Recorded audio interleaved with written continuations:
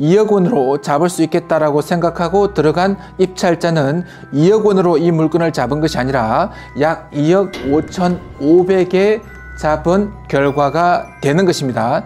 권리 분석을 제대로 하지 못함으로 인해서 추가적으로 부담하게 된 것입니다. 권리 분석법을 정확하게 안다면 오히려 수익성이 높고 경쟁률은 낮은 물건을 전부 내 것으로, 우리 것으로 만들 수 있습니다.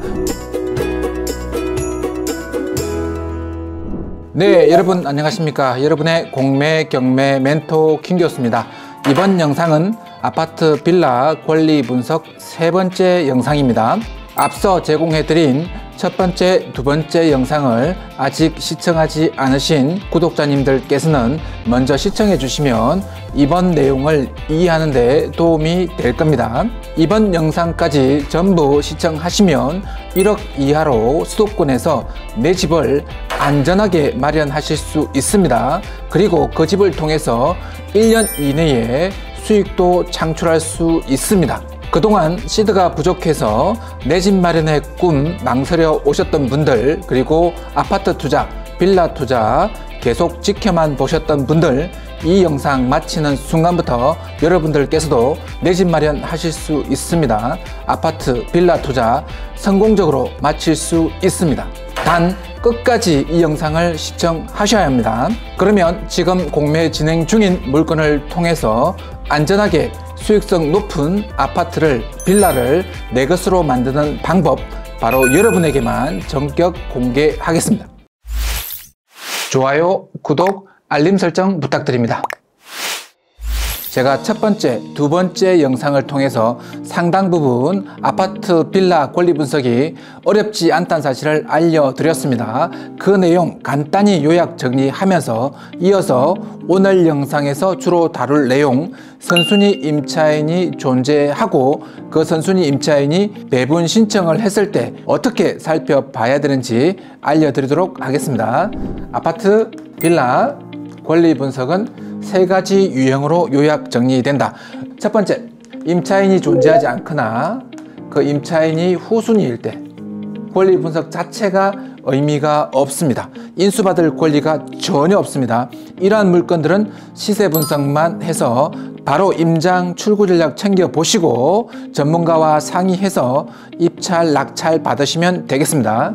자, 두 번째, 임차인이 선순위인데 배분 신청을 하지 않았을 경우는 이 경우 역시 권리 분석 크게 신경 쓸 필요가 없습니다. 왜냐하면 이때 임차인이 비록 선순위이긴 하지만 배분 신청을 하지 않았기 때문에 우리가 입찰할 때는 이 선순위 임차인의 보증금을 100% 전부 인수한다는 사실을 알고 입찰하는 것이기 때문에 전혀 위험한 물건이 아니다라고 말씀을 드렸습니다. 자, 그리고 이제 이번 시간에 다룰 세 번째입니다. 임차인이 선순위인데 배분 신청을 한 경우.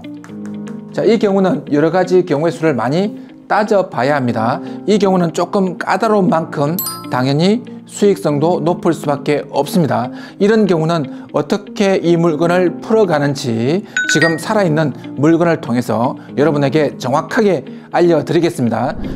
자, 온비드에 들어왔습니다. 경기도 고양시 덕양구에 있는 빌라 물건이 되겠습니다.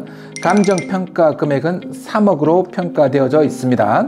유찰 7번 유찰돼서 지금 최저 입찰 금액은 1억 3,860만 원까지 내려와져 있습니다. 자, 이 물건 가격적인 면에서는 일단 매우 매력적이다, 이렇게 말씀드릴 수 있겠습니다.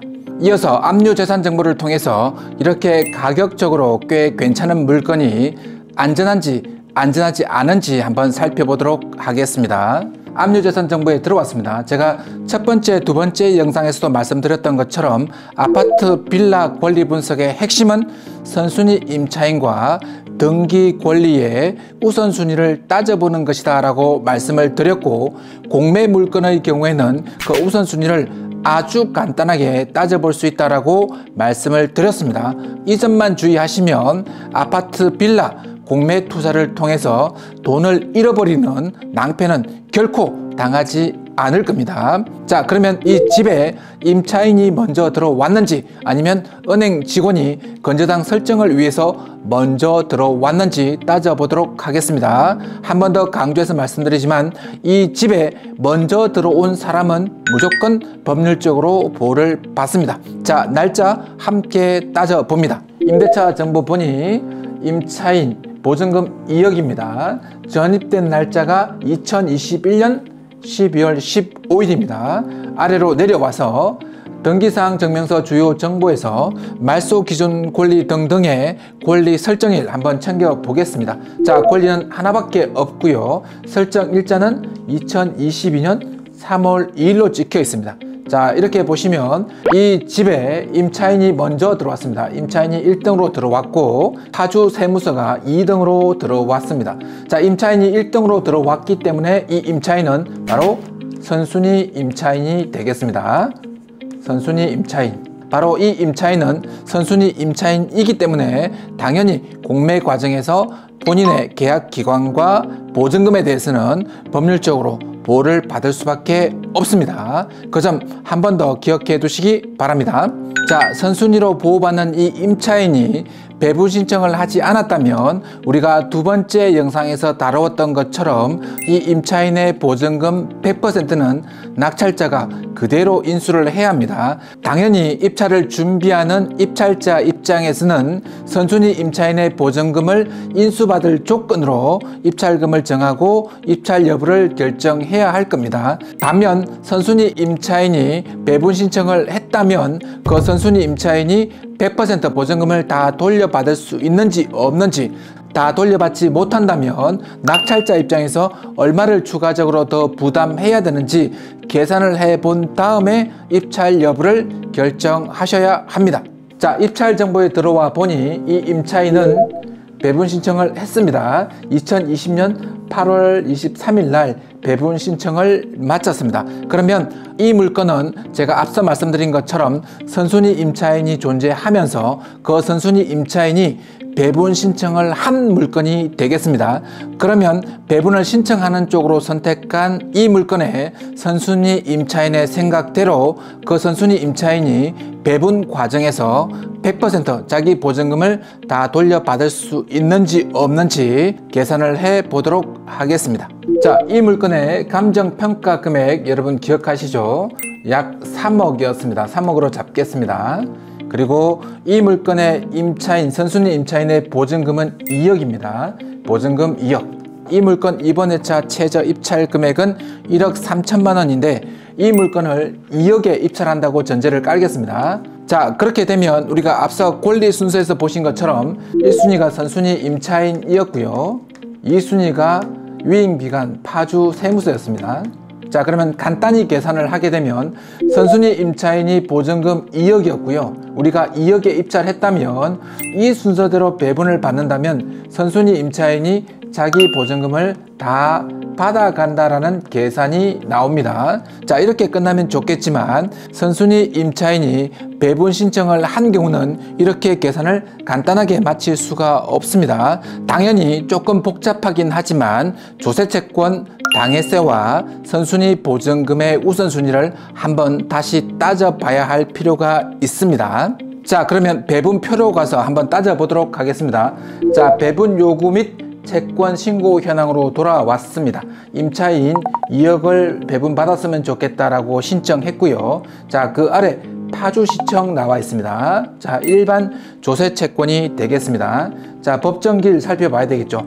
일반 조세채권의 경우에는 이 법정기일 2022년 10월 10일 이 법정기일과 선순위 임차인의 전입일을 비교해서 법정기일이 앞서면 배분도 먼저 받는 거고요. 법정기일이 전입일보다 늦으면 배분도 나중에 받게 됩니다. 자, 보시면 2022년 10월 10일이고요. 선순위 임차인의 전입일은 2021년 12월 15일입니다. 당연히 선순위 임차인이 얘보다는 먼저 배분을 받는 것이 당연하게 되겠습니다. 그러면 배분 순서에서 일단은 선순위 임차인이 그대로 1등입니다. 그리고 일반 조세채권 2등 파주시청이 되겠습니다. 자, 그 다음 권리를 보니 덕양구청이 나왔습니다. 근데 앞에 보니 물건지라고 찍혀 있죠. 이 물건지라고 찍혀 있는 경우는 당해세에 해당이 됩니다. 그래서 당해세의 경우에는 선순위 임차인 파주시청보다 더 위에서 배분을 받게 됩니다.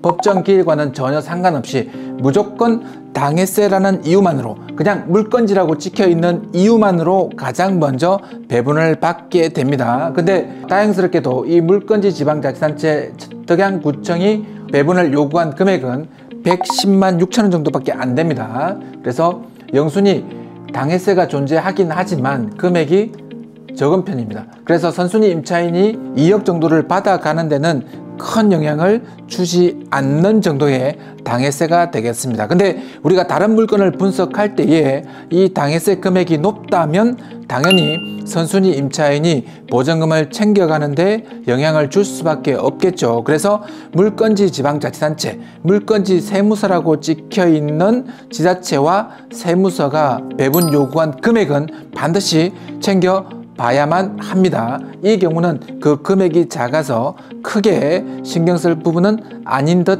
합니다. 자, 그리고 네 번째 권리 한번 보시면 파주 세무서인데 물건지가 아니기 때문에 일반 조세 채권이 되겠습니다. 당연히 법정 기일 챙겨봐야 되겠죠. 언제라고요? 2021년 12월 1일입니다. 근데 우리 선순위 임차인의 전입신고일이 언제라 그랬죠? 2021년 12월 15일입니다. 얘보단 얘가 더 빠르죠. 당연히 배분 받을 때는 얘가 먼저 배분을 받게 됩니다. 금액이 얼마라고요? 5,300만 원 정도, 약 5,400만 원 정도 먼저 받아가게 됩니다. 권리 설정일은 늦지만 법정 기일이 선순위 임차인의 전입 신고일보다 빨라서 배분에서는 먼저 받아가게 됩니다. 권리는 나중에 설정되었지만 태어난 날짜, 법정 기일이 전입일보다 더 빨라서 배분 과정에서는 선순위 임차인의 보증금을 가로채서 갈 수밖에 없는 위치에 있습니다.